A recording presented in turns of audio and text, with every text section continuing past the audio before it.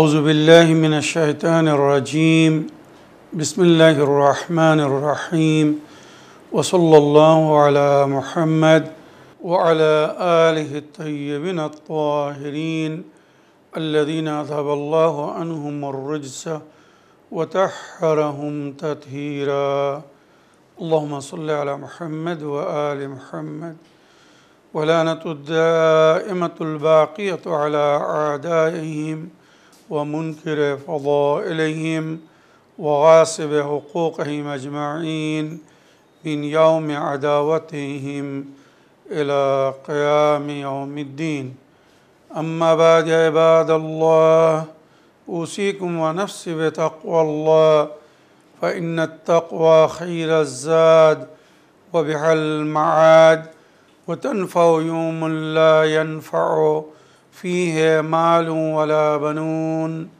إلا من أتى الله بقلب سليم وصلى الله على محمد وعلى آله الطيبين الطاهرين اللهم صل على محمد وآل محمد وعجل فرجهم আমার প্রিয় দর্শক ও শ্রোতাবৃন্দ আসসালামু আলাইকুম ওয়া রাহমাতুল্লাহি ওয়া বারাকাতুহু আপনাদের সকলকে আন্তরিক সালাম ও শুভেচ্ছা জানিয়ে আজকের অনুষ্ঠান ইসলাম ইন বাংলায় আপনাদেরকে স্বাগতম জানাই। আশা করি আপনারা যে যেখানে আছেন ভালো আছেন, কুশল ও মঙ্গলে আছেন, সুখে থাকুন, শান্তিতে থাকুন, সমস্ত প্রকারের দুঃখ কষ্ট থেকে মুক্তিতে থাকুন। আল্লাহ রাব্বুল আলামিনের কাছে এই কামনা করি। যারা অসুস্থ আল্লাহ তাদেরকে সুস্থতা দান করুন, যারা ঋণে ভুগছে আল্লাহ তাদেরকে ঋণ মুক্তি করুন। ওইরূপ যাদের জীবনে কোনো প্রকারের অভাব বা অশান্তি আছে আল্লাহ রাব্বুল আলামিন তাদের সকলের জীবনে সুখ শান্তি দান করুন ও সকলের মনোকামনা আশাকে পূরণ করুন। আমাদের সকলকে সৎ পথে চলার, অসৎ পথ থেকে দূরে থাকার এবং এক অপরকে সৎ উপদেশ দেওয়ার তৌফিক দান করুন। আমরা যেন সত্য বা হক জিনিসকে জেনে শুনে মেনে তার উপরে আমাল করে সেটা অন্যদের সামনে তুলে ধরতে পারি বা সকলের কাছে পৌঁছে দিতে পারি। আল্লাহ রাব্বুল আলামিন আমাদেরকে সেই মনোবল ও নেক তৌফিক দান করুন। আমিন ইয়া রাব্বাল আলামিন। এই দোয়ার সঙ্গে আজকের পর্ব শুরু করতে চলেছি। বিনা কোনো ভূমিকায় সরাসরি আপনাদের পাঠানো পেন্ডিং প্রশ্নের উত্তর দিতে চাই। তাই আসুন দেখি কোথা থেকে কে কি প্রশ্ন করছেন বা কে কি জানতে চাচ্ছেন। সালামুন আলাইকুম।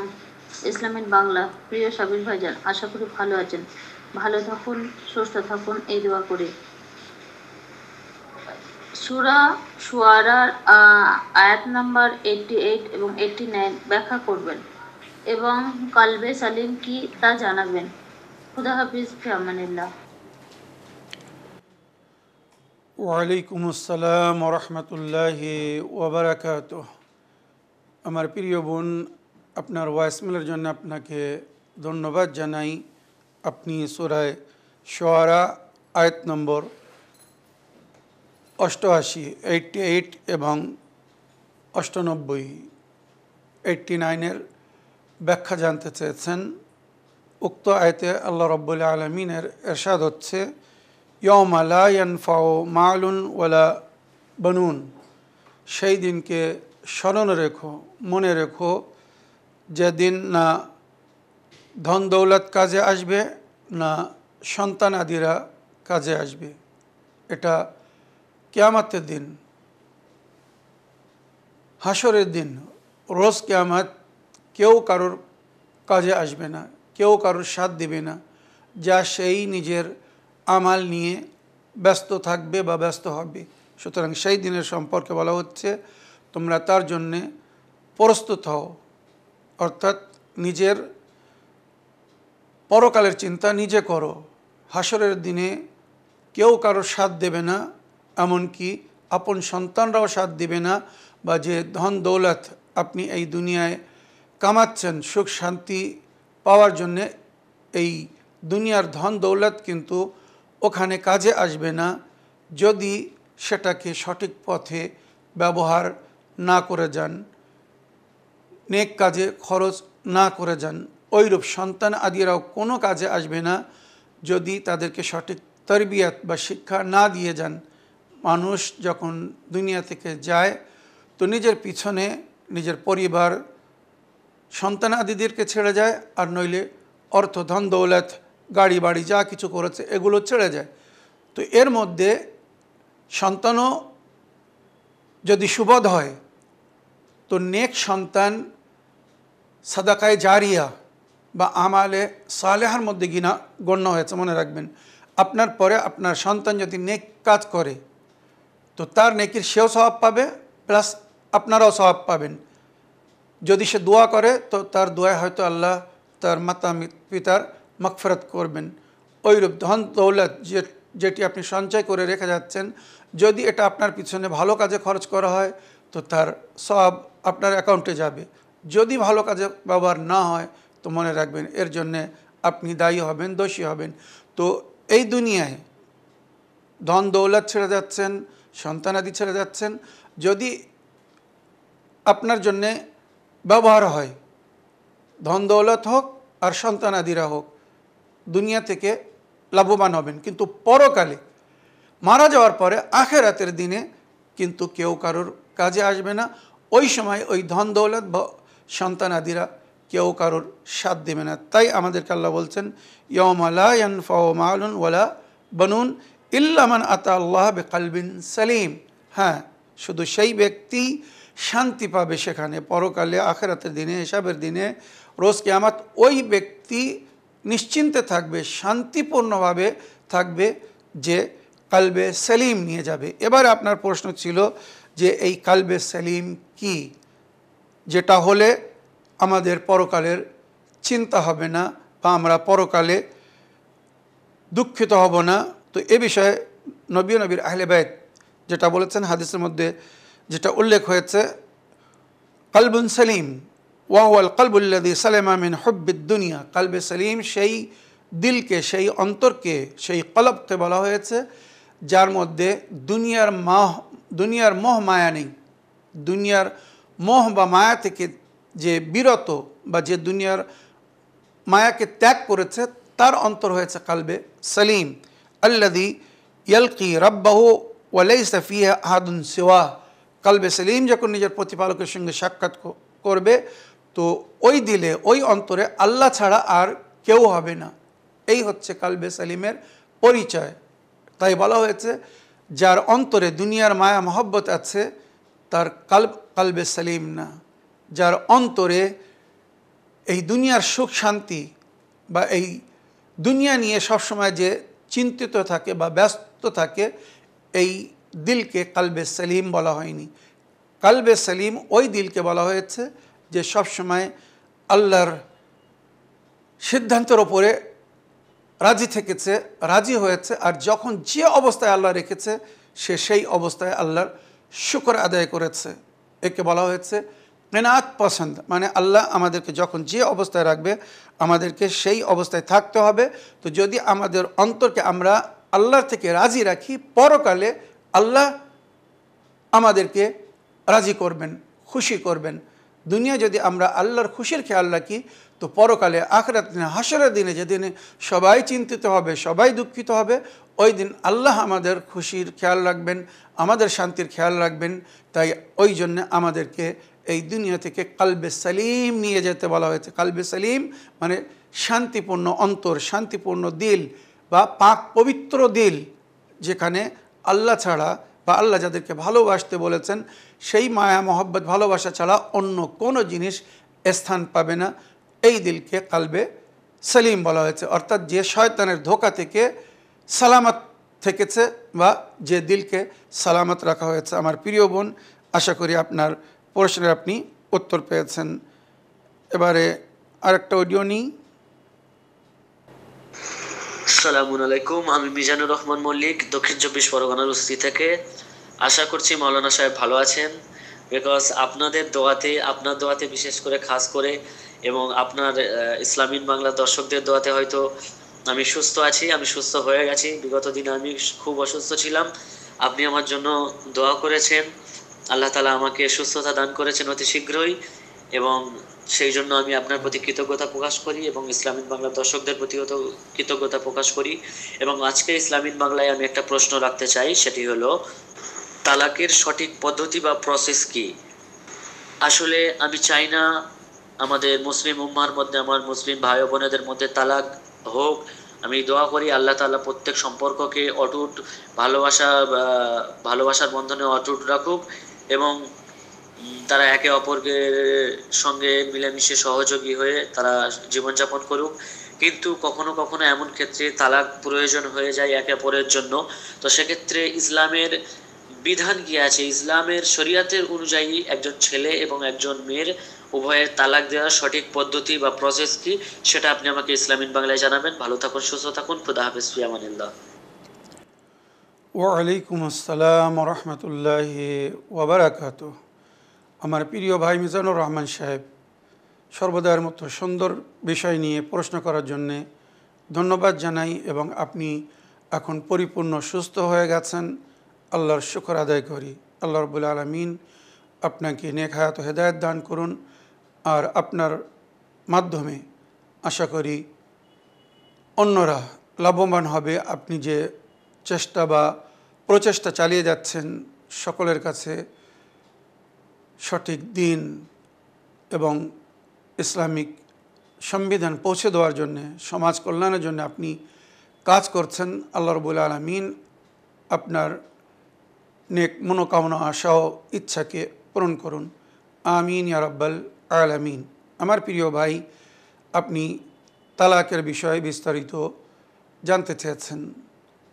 তালাক কখন দেওয়া যাবে, কী কারণে দেওয়া যাবে, বা যদি কারণবশত কোনো কারণে তালাক হয় বা দিতে হয় তো তার প্রসেস কি।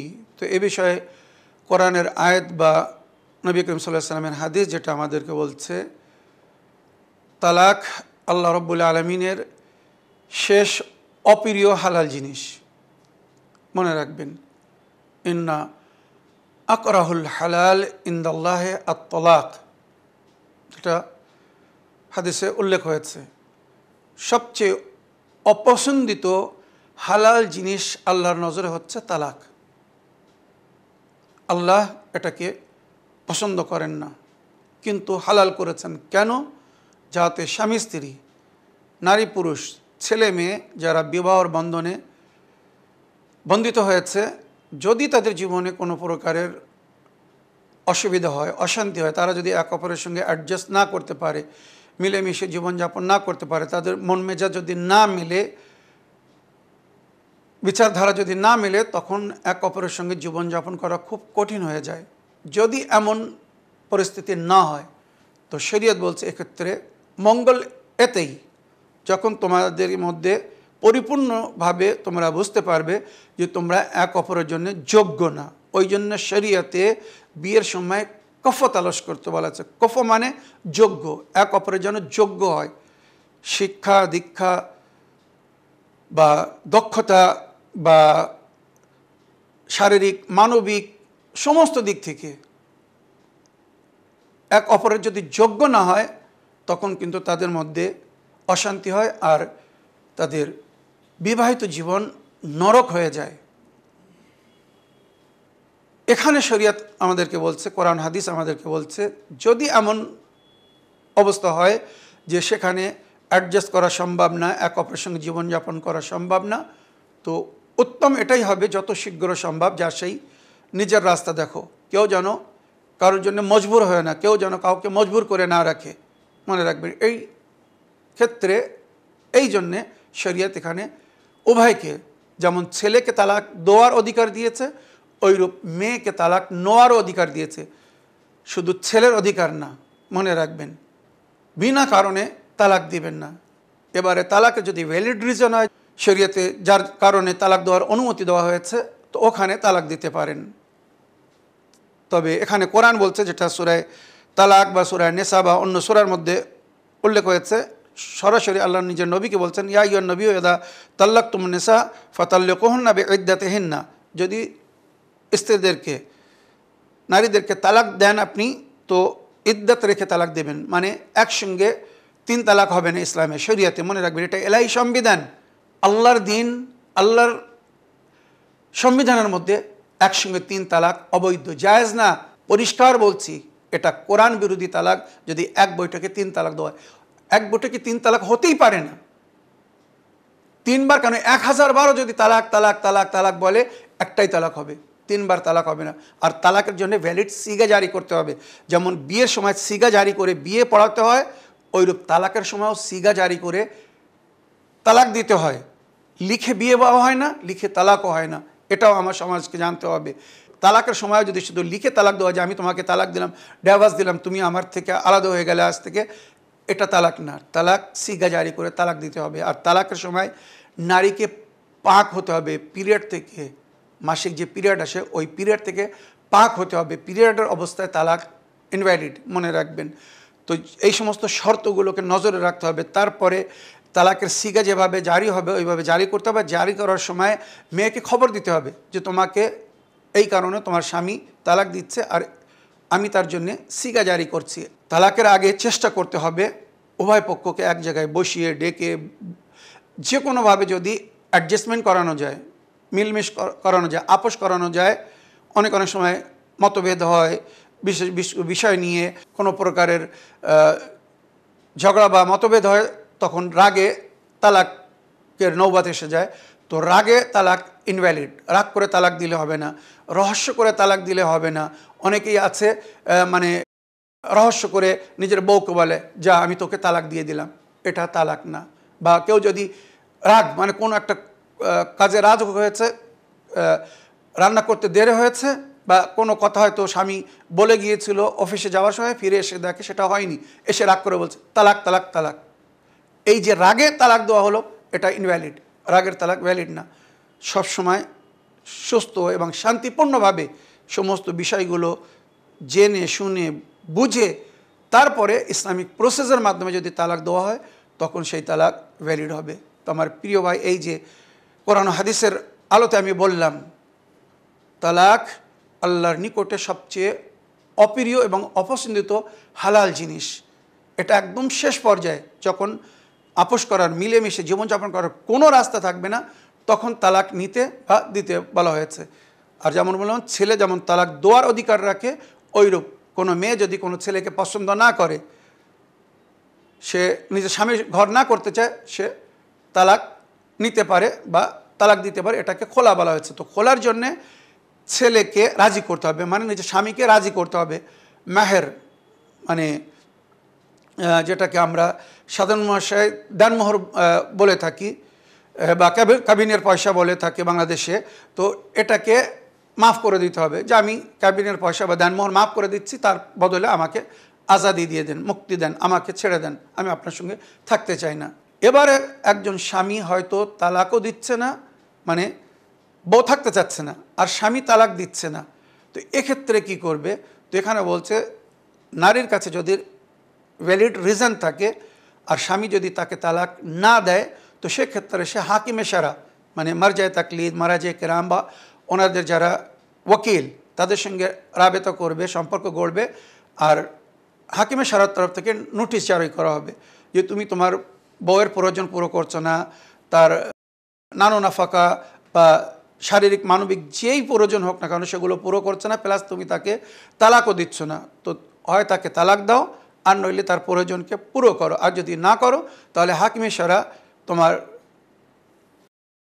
নিয়াবতে তোমার হয়ে তালাকের সিগা জারি করবে। 3 নোটিশের যদি উত্তর দেয় ভালো, আর যদি উত্তর না দেয় তো 3বার নোটিশ জারি করার পরে হাকিমে সারা মানে মারজায়ে তাকলিদ বা ওনার ওকিল তালাকের সিগা জারি করতে পারে। তবে এগুলো কিন্তু খুব কঠিন, এগুলো সহজ না। আশা করি আমার প্রিয় ভাই, তালাক বিষয়ে যতটুকু বললাম আপনি বুঝতে পেরেছেন। তালাক আল্লাহর নিকটে সবচেয়ে অপ্রিয়, অপছন্দিত হালাল জিনিস। শুধু এটা এই জন্য আল্লাহ রেখেছেন যাতে কেউ কারোর সঙ্গে যেন থাকতে বাধ্য বা মজবুর না হয়। যখন একসঙ্গে জীবনযাপন করার কোনো উপায় থাকবে না, তখন ইসলাম বলছে শান্তিপূর্ণভাবে আলাদা করে দাও। কোরআনের মধ্যে যার জিকির হয়েছে, ওয়াত্তাকুল্লাহ রাব্বাকুম ওয়ালা তুখরিজুহুন্না মিন বুয়ুতিহিন্না ওয়ালা ইয়াখরুজনা ইল্লা আন ইয়াতিনা বিফাহিশাতিন মুবায়্যিনাতিন তিলকা হুদুদুল্লাহ ওয়া মান ইয়াতাআদ্দা হুদুদাল্লাহ ফাকাদ যালামা নাফসাহু লা তাদরি লাআল্লাল্লাহু ইহদিসু বা'দা যালিকা। আমরা এখানে যদি এই আয়াতগুলোর আমি তাফসীর করতে চাই, অনেক সময়ের প্রয়োজন আছে। মানে সূরা তালাকের বিগিনিং মানে শুরুতেই স্টার্টিংয়েই এই বিষয়ে আলোচনা হয়েছে। ফাইজা বালাগনা আজালাহুন্না ফামসিকুহুন্না বিমারুফিন আও ফারিকুহুন্না বিমারুফিন, মানে কিভাবে তালাকের পরেও ইদ্দত পুরো হওয়া পর্যন্ত বউকে বাড়িতে রাখতে হবে। আমাদের এখানে তালাক দিয়ে সঙ্গে সঙ্গে তাড়িয়ে দেয় না, শরীয়ত বলছে তালাক দিয়ে তাড়িয়ে দিও না, তাকে বাড়িতে রাখো, ইদ্দত পুরো হওয়ার পরে তাকে এবারে বিদায় দাও। যদি তোমাদের মধ্যে আপোষ হয়ে যায় ইমসিকুহুন্না বিমারুফিন, নেকির সঙ্গে তাকে পুনরায় রেখে নাও। তালাকে রাজি আপনারা জানেন, তালাক দিয়েছে, ভুল ভেঙে গেছে, আবার এক অপরকে বুঝেছে। যদি স্বামী বলে আমি তোমাকে আমার জীবনে পুনরায় ফিরিয়ে নিলাম, বা স্ত্রী যদি বলে আমি তোমার জীবনে পুনরায় ফিরে আসতে চাই, আর স্বামী যদি সেটা গ্রহণ করে, বা যদি কেউ মানে স্বামী স্ত্রী এক অপরকে ব্যবহার করে, তো এদের তালাক ইনভ্যালিড হয়ে যাবে। যে তালাকে রাজি হয়েছিল সেটা শেষ হয়ে যাবে, পুনরায় বিয়ে করার কোনো প্রয়োজন নেই। এটা কিন্তু ইদ্দতের ভিতরে, মানে 3 মাস 10 দিন, থার্ড পিরিয়ড, থার্ড হায়েজ বা ঋতুপাত দেখলে ইদ্দত পুরো হয়ে যায়, তারপরে নারী অন্যকে বিয়ে করতে পারে। তার আগে যদি স্বামী স্ত্রী রুজু করে, মানে ফিরে আসে, এক অপরের দিকে ফিরে আসে, এখানে দ্বিতীয়বার বিয়ে করার কোনো প্রয়োজন নেই। তাদের আগের বিবাহ আবার কন্টিনিউ হয়ে যাবে, আর এই তালাক যেটা দেওয়া হয়েছিল রাজি, এটা ইনভ্যালিড হয়ে যাবে। তো এইভাবে পুরো জিকির হয়েছে, আর এইভাবে আমাদেরকে শরীয়ত হিসেবে চলতে বলা হয়েছে বা ফলো করতে বলা হয়েছে। আশা করি আমার প্রিয় ভাই আপনার প্রশ্নের আপনি বিস্তারিত বা পরিপূর্ণ উত্তর পেয়েছেন। এবারে আমি একটা লিখিত চিঠি পড়ব। আসসালামু আলাইকুম মাওলানা সাহেব, আমি শেখ গোলাম আলী, সাউথ 24 পরগনা, কলকাতা 104 থেকে জানতে চাচ্ছি, আমি নামাজ পড়ছি, এমন সময় মসজিদে আজান আরম্ভ হলো, এই সময় আমার কি করণীয়? নামাজ বন্ধ রাখতে হবে না চালিয়ে যেতে হবে? দরুদ শরীফ কি পাক থাকা অবস্থায় পড়তে হবে নাকি নাপাক থাকলেও চলবে? ওয়ালাইকুম আসসালাম রহমতুল্লাহি ওয়াবারাকাত। জনাব গোলাম আলী সাহেব, আপনার চিঠি লেখার জন্য আপনাকে ধন্যবাদ জানাই। আপনি জানতে চেয়েছেন যে আপনি নামাজ পড়ছেন, উদাহরণস্বরূপ আপনি সকালে তাহাজ্জুদ নামাজ পড়ছেন, ভোরের আগে যেটা পড়তে হয় সকালের নামাজের আগে আপনি নামাজ পড়ছেন, এমন সময় মসজিদ থেকে আজানের আওয়াজ আসলো, সকালের নামাজের সময় হয়ে গেছে, মসজিদ থেকে আজানের আওয়াজ আসছে। আপনি কি করবেন? বসে পড়বেন, নামাজ ছেড়ে দেবেন, না নামাজকে কন্টিনিউ করবেন? এটা আপনি জানতে চাচ্ছেন। বা জোহরের সময় বা আসরের সময় আপনি নফল নামাজ পড়ছিলেন, এমন সময় মসজিদ থেকে কানে আওয়াজ আসছে আজানের, তো আপনি কি নামাজ ছেড়ে বসে পড়বেন না নামাজকে কন্টিনিউ করবেন? তো শরীয়ত বলছে নামাজকে কন্টিনিউ করবেন, কেননা আজানও আল্লাহর জিকির, আর আপনি যেটা করছেন সেটাও আল্লাহর জিকির করছেন। নামাজ পড়ছেন মানে আল্লাহর জিকির করছেন, আল্লাহর উপাসনা ইবাদত করছেন। তো যেটা করছেন ওটা জারি রাখবেন, ওটাকে ছাড়বেন না, ভেঙে দেবেন না। হ্যাঁ, আপনি এখনও নামাজ শুরু করেননি, আজানের আওয়াজ এসেছে, সে সময় আপনি বসে অপেক্ষা করতে পারেন, আজান শেষ হওয়ার পরে নামাজ শুরু করবেন। কিন্তু একবার নামাজ যদি শুরু করে থাকেন তো আপনি নামাজকে ভাঙতে পারবেন না। নামাজ বিনা ওয়াজিব কারণে নামাজ ভাঙা গুনাহে কাবিরা, নামাজ ছাড়তে পারবেন না। নামাজকে কন্টিনিউ করুন, আজান হচ্ছে নিজের জায়গায় হতে দিন। এই হচ্ছে আপনার প্রথম প্রশ্নের উত্তর। এবার আপনার দ্বিতীয় প্রশ্ন ছিল যে দরুদ শরীফ পাক অবস্থায় পড়তে হবে না নাপাক অবস্থায়ও পড়া যাবে বা চলবে? তো সমস্ত জিকির, যত আল্লাহর জিক্র তাহলিল আছে, এগুলো পবিত্র অবস্থায় করতে বলা হয়েছে। তবে এটা নামাজের মতো না, যেমন বিনা অজুতে বিনা গোসলে মানে পবিত্রতা অর্জন না করলে নামাজ হবে না, দরুদ শরীফ বা অন্য জিকিরগুলোর জন্য এই শর্ত নেই। আপনি অজু করেছিলেন, হঠাৎ অজু ভেঙে গেল, পানি নেই, আপনি ওই জিকির জারি রাখুন, দরুদ পড়ছেন, দরুদ পড়তে থাকুন, সুবহানাল্লাহি ওয়ালহামদুলিল্লাহি ওয়ালা ইলাহা ইল্লাল্লাহ আল্লাহু আকবার পড়ছেন, জিক্রে ইউনুসিয়া পড়ছেন, যা কিছু পড়ছেন কন্টিনিউ রাখুন, কোনো অসুবিধা নেই। সমস্ত প্রকারের জিকির, তাসবিহ, তাহলিল বিনা অজুতে পড়তে অনুমতি দেওয়া হয়েছে বা পড়তে বলা হয়েছে, কোনো অসুবিধা নেই। তবে পাক পবিত্র অবস্থায় পড়লে উত্তম, তার প্রভাব বেশি বা ভালো, মনে রাখবেন। তবে পড়তে কোনো অসুবিধা নেই, আপনি নাপাক অবস্থাও দরুদ পাঠ করতে পারবেন বা জিকির করতে পারবেন। বিশেষ করে নারীদের যখন পিরিয়ডে থাকে, আপনারা জানেন মাসিক অবস্থায় নারীরা নামাজ পড়তে পারে না, আল্লাহর উপাসনা করতে পারে। তো নামাজের সময় নারীদের জন্য বলা হয়েছে তোমরা পাক পরিষ্কার পরিধান পরে কাপড় পরে তোমরা ওই সময় নামাজের পাটির ওপরে বসে আল্লাহর জিকির করো, তসবিহ তাহলিল করো। তো নাপাক অবস্থায় যদি তসবিহ তাহলিল করা, দরুদ পড়া বা আল্লাহর জিকির করা মানা হতো, শরিয়াতে মোহাম্মদীতে নবী করিম সাল্লাল্লাহু আলাইহি ওয়াসাল্লামের শরিয়াতে নারীদেরকে পিরিয়ডের সময় নামাজের সময় আল্লাহর জিকির বা তসবিহ তাহলিলে ব্যস্ত থাকার জন্য বলা হতো না। মনে রাখবেন। তো অপবিত্র অবস্থাও দরুদ পড়া যাবে, জিকির করা যাবে, তবে পবিত্র হলে অতি উত্তম। আশা করি আপনার প্রশ্নে আপনি উত্তর পেয়েছেন। আগের একটি অডিও নিই, দেখি কোথা থেকে কে কি জানতে চাচ্ছেন বা কে কি বলতে চাচ্ছেন। আসসালামু আলাইকুম, আমি হাওড়ার সোনাতলা থেকে সিগরুকে বলছি। মৌলানা সাহেব, আশা করি আপনি ভালো আছেন, সুস্থ আছেন। ভালো থাকুন, সুস্থ থাকুন, আপনার পরিবার পরিজন সকলেই ভালো থাকুক, আল্লাহর কাছে এই দোয়া করি। মৌলানা সাহেব, আমার প্রশ্ন যে নবী করিম সাল্লাল্লাহু আলাইহি ওয়াসাল্লাম যখন মিয়ারাজে গিয়েছিলেন, তো সেখানে জাহান্নামে উনি দেখেছিলেন মেয়েদের সংখ্যা, জাহান্নামে মেয়েদের সংখ্যা অনেক বেশি। তো কী কারণে বেশি ছিল? যে মেয়েরা পর্দা করে না বলে, সেই জন্যে জাহান্নামীতে বেশি মেয়েদের সংখ্যা। তো আপনি আপনার কাছে বলবো, অনুরোধ করব যে এই মেয়েদের পর্দার বিষয় নিয়ে একটু আলোচনা করবেন, তাহলে অনেক মানুষই উপকৃত হবে।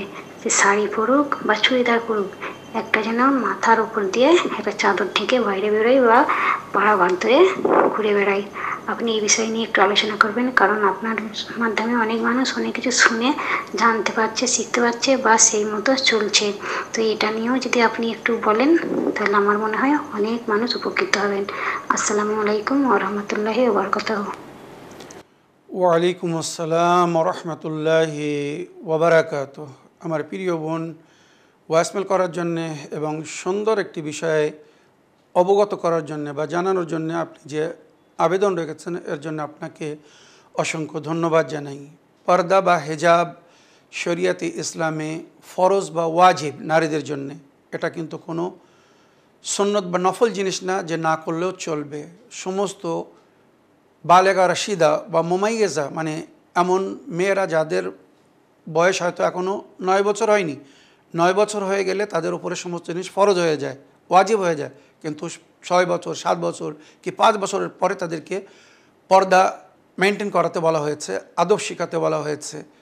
কোরআনের আয়াতের মধ্যে যার উল্লেখ হয়েছে, নবী আপনার উম্মতের নারীদেরকে বলে দিন, লা তাবাররুজনা তাবাররুজাল জাহিলিয়া, মূর্খতার অবস্থায় বা মূর্খদের নারীরা যেমন বিনা পর্দায় বেহায়া বেরিয়ে বেড়াচ্ছে, আপনার উম্মতের নারীরা যারা আপনার দিনকে গ্রহণ করবে, ইসলামকে গ্রহণ করবে, তারা যেন ওইভাবে বেরিয়ে না বেড়ায়।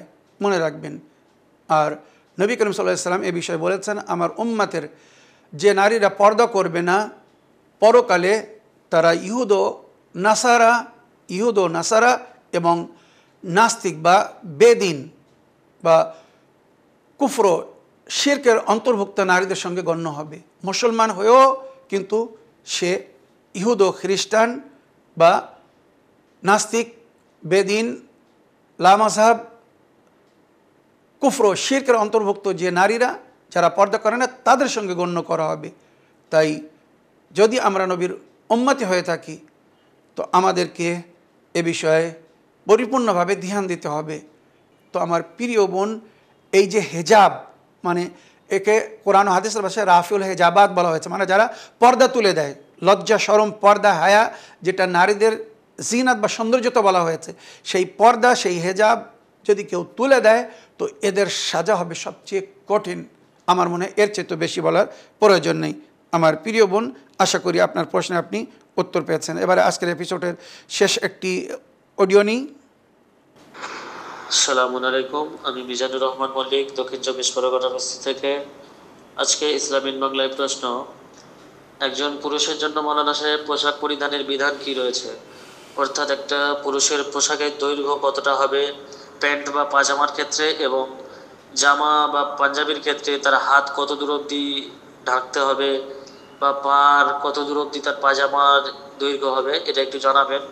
বিকজ আলেমদের মুখ থেকে শোনা যায় যে একটা পুরুষ যদি তার গোরঘাটের নিচে অব্দি তার পোশাককে নামিয়ে দেয়, সেক্ষেত্রে সেই অংশটুকুকে আল্লাহ সুবহানাহু ওয়া তাআলা কিয়ামতের দিন জাহান্নামের আগুন দিয়ে জ্বালিয়ে দেবে।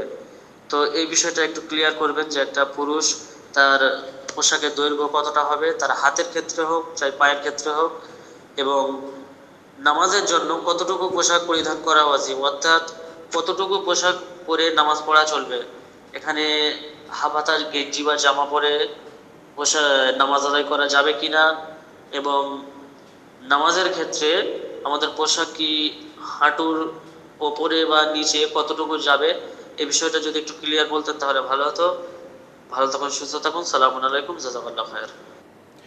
ওয়ালাইকুম আসসালাম রহমতুল্লাহি ওবরাকাত। আমার প্রিয় ভাই মিজানুর রহমান সাহেব, আপনার ভয়েসমেল পাঠানোর জন্যে প্লাস সুন্দর একটি বিষয় জানার জন্য যে আপনি প্রশ্ন রেখেছেন তার জন্য অনেক অনেক ধন্যবাদ জানাই। শরিয়তে ইসলামে নারীদেরকে যেমন আদবের সঙ্গে থাকতে বলা হয়েছে বা নিজের শরীরকে ঢেকে রাখতে বলা হয়েছে, ওইরূপ পুরুষদেরকেও আদবের সঙ্গে থাকতে বলা হয়েছে। পুরুষ বলে সে যে উলঙ্গ বেরিয়ে বেড়াবে বা বেআদবদের মতো পোশাক পরে বেরিয়ে বেড়াবে, অভদ্র পোশাক পরে বেরিয়ে বেড়াবে, এটা কিন্তু বৈধ না। পরিষ্কার বলছি, আরবি লেবাস আপনারা দেখেছেন, যেটা নবীর যুগে আরবরা পরতো বা আজও পরে, প্যান্ট শার্টও তারা পরে, তবে খুব কম। আরবি পোশাক আপনারা দেখেছেন পুরো পায়ের পাতা পর্যন্ত পেরায় একটা ঝুব্বা বলুন বা দিশদাসা বলে বা প্যারাহান বলে, ওরা পরে। আর মাথায় রুমাল বাঁধত। এই রুমালের কারণও কী ছিল জানেন? তার পুরো চেহারা দেখা যায় না, রুমালে কপালের ওপর পর্যন্ত রুমাল থাকে, অর্ধেক মুখ পেরায় ঢাকা থাকে, মানে একটা সুন্দর আদব ছিল, এত সুন্দর দেখতে লাগতো। এটা ছিল ইসলামিক পোশাক, নবীর যুগের পোশাক। এবারে দুঃখের সঙ্গে বলতে হচ্ছে, উম্মাতে মুসলিমা ইহুদিদের কিছু সুন্নাতকে নবীর সুন্নাত বা নবীর শরীয়ত বলে প্রচালিত করছে। এইটাই হচ্ছে দুঃখের কথা। তারা ইহুদ ও নাসারাদের দিন ইসলামের মধ্যে প্রবেশ করার চেষ্টা করছে। নবী করিম সাল্লাল্লাহু আলাইহি সাল্লাম যে ঝুব্বা পরতেন বা প্যারাহান পরতেন বা পরে বাইরে যেতেন, নিঃসন্দেহে আমি পরিষ্কার বলছি ওটা টাকনুর উপর থাকতো, মানে পায়ের যে গোচের একটু উপরে থাকতো। কেন? এর কারণ ছিল এই যে আরব দেশ মরুভূমি বালির দেশ, আপনারা জানেন, মাটির ওপরে সে সময় সবাই বেরিয়ে বেড়াতো। পাকা রাস্তা ছিল না, সিমেন্টের রাস্তা ছিল না, পিচ ঢালাই রাস্তা ছিল না, তো যাতে ধুলো ময়লা কাপড়কে নোংরা না করে তাই একটু উচ্চ কাপড় পরতে বলতেন, যাতে কাপড় নোংরা না হয়। এক। দ্বিতীয়, ওই সময় যারা কুফার ও মুশরিকিনদের মধ্যে ধনী ছিল বা তাদের কাবিলার সর্দাররা ছিল, বা সেই সময় ইহুদ ও নাসারা যে সমস্ত প্রভাবশালী ব্যক্তিরা ছিল, রাজা বলুন বা ব্যবসায়ী বলুন, এরা বড় ফাখেরানা পোশাক পরতো। আর ওই পোশাক জমিনে ঝাড়ু দিতে দিতে যেত, মানে জমিনের সঙ্গে লেগে যেত।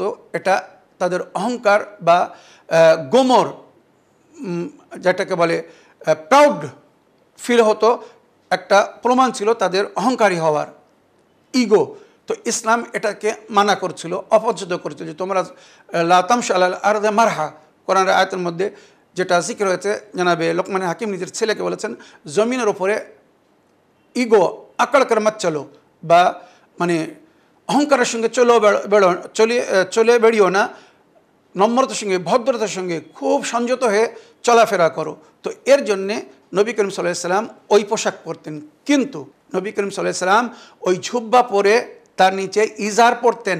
আপনারা শরীয়তের ভাষা পড়ুন, হাদিসের ভাষা পড়ুন, ইজার মানে পায়জামা বা লুঙ্গি একটা পরতেন, যেটা প্রায় পায়ের পাতা পর্যন্ত যেত। তার উপরে নবী জুব্বা পরতেন, আর জুব্বাটা আমি যেমন বললাম একটু উঁচু থাকতো, কিন্তু নিচে ইজার পরতেন বলে পা দেখা যেত না। তাদের পা জ্বালানো হবে যারা নামাজে বেআদবের মতো দাঁড়ায়, যারা আদবের সঙ্গে দাঁড়ায়। নবী কামলি গায়ে দিয়ে নামাজ পড়তেন। পড়ে দেখুন কামলিওয়ালা নবী কেন বলা হয়, একবার সূরা মুজাম্মিলের তাফসীর পড়ে দেখুন। নবী যখন নামাজে দাঁড়াতেন শীতকালে মোটা কামলি পরতেন, আর গরমকালে হালকা কামলি পরতেন, যার কালারেরও বর্ণনা হয়েছে। এটা নস্যি কালারের ছিল, নইলে কফি কালার ছিল, যাই হোক এখানে বলা হয়েছে খাকি কালারের ছিল, কামলি পরে গায়ে দিয়ে নামাজ পড়তেন, যার কারণে ওনার পুরো পা পর্যন্ত ঢেকে যেত।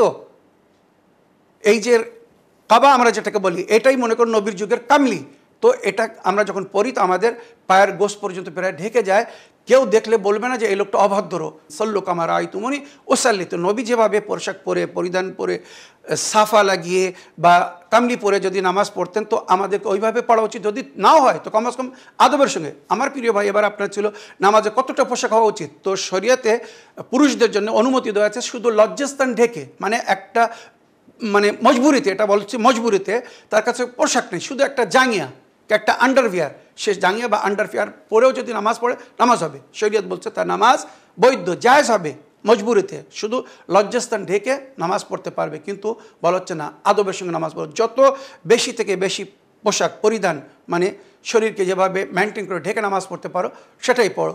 হাফ জামা পরেও নামাজ হবে, হাফ টি শার্ট পরেও নামাজ হবে, তবে ফুল হ্যান্ড হলে অতি উত্তম। পাঞ্জাবি, পায়জামা, আমরা যা কিছু পরব, সমস্ত দেশের ভিন্ন ড্রেস কোড থাকে, বিভিন্ন বিভিন্ন প্রকারের পোশাক সবাই পরে। যে যেখানকার মানুষ সে সেখানকার পোশাক পরে নামাজ পড়তে পারে, তবে সেটা যেন আদবের পোশাক হয়। নামাজের সময় যেন সেটাকে দেখতে ভালো লাগে। আজ যখন আমরা কোনো কুটুম বাড়ি যাই, বড় মানুষের সঙ্গে সাক্ষাৎ করতে যাই, উদাহরণ দিচ্ছি, কোনো রাজার সঙ্গে সাক্ষাৎ করতে যাই, তো আমরা কিভাবে পোশাক মেনটেন করে যাই। তো যে সমস্ত রাজার রাজা, আল্লাহ আকবার আমরা কেন বলি, আল্লাহ চেয়ে তো বড় কেউ না, তার সামনে যখন আমরা দাঁড়াবো, যাব, কথা বলতে যাব, সাক্ষাৎ করতে যাব, আসসালাতু মেরাজুল মমিন, নামাজ মমিনের মেরাজ, মমিন নামাজ পড়ছে মানে মেরাজে আল্লাহর সঙ্গে কথা বলছে। তো ওই অবস্থা আমাদেরকে কীভাবে আল্লাহর সামনে দাঁড়াতে হবে এটা বুঝতে হবে, আর কিছু না। আমার প্রিয় ভাই, যদি কেউ এই ভেবে নামাজ পড়ে যে আল্লাহ আমাকে দেখছে, এটা মাওলা আলী বলছেন, আল্লাহ আমাকে দেখছে আর নইলে আমি আল্লাহকে দেখছি। এবারে এক অপরের সামনে যখন আমরা যাই বা যাব, আমাদেরকে কীভাবে আদবের সঙ্গে যেতে হবে, থাকতে হবে, কথা বলতে হবে, এটা যদি মানুষ বুঝতে পারে, তো তখন এই সমস্ত মতভেদ আসবে না। আমার প্রিয় ভাই, এবারে শেষ কথায় আমি একটুটুকু বলতে চাই, যেমন শরীয়ত ইসলামে নারীদেরকে আদবের সঙ্গে থাকতে বলা হয়েছে, ওইভাবে পুরুষদেরকেও আদবের সঙ্গে থাকতে বলা হয়েছে। নারী পুরুষ উভয় যদি আদবের সঙ্গে থাকে, ইসলামিক পোশাক পরিধান করে বা ইসলামিক সংবিধানকে ফলো করে, তো এই যে সমাজে এত জঘন্যতা ছড়িয়ে যাচ্ছে, বেভিচারি ছড়িয়ে যাচ্ছে, উলঙ্গতা বা মানে দেখতে লজ্জা লাগে, মানে এখন রাস্তায় চলে ফিরে বেড়াতেও অসুবিধা হচ্ছে, কেননা নজর তুলে দেখা যাচ্ছে না। তবুও আমাদেরকে বলা হয়েছে, মাওলা আলী বলেছেন, তোমাদের জন্য তাকওয়া একটা রাস্তা কাটা বিছানো আছে, যেভাবে তোমাদেরকে পার হয়ে যেতে হবে।